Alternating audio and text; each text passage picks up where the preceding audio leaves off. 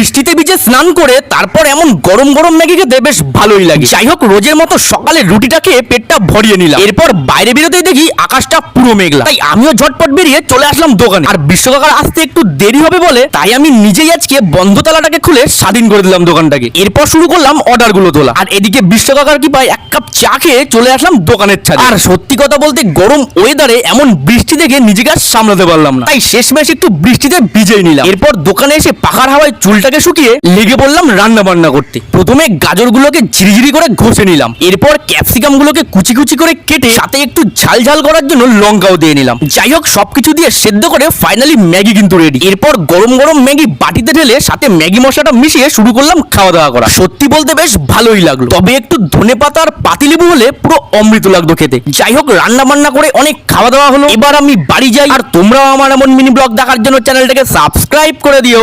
By.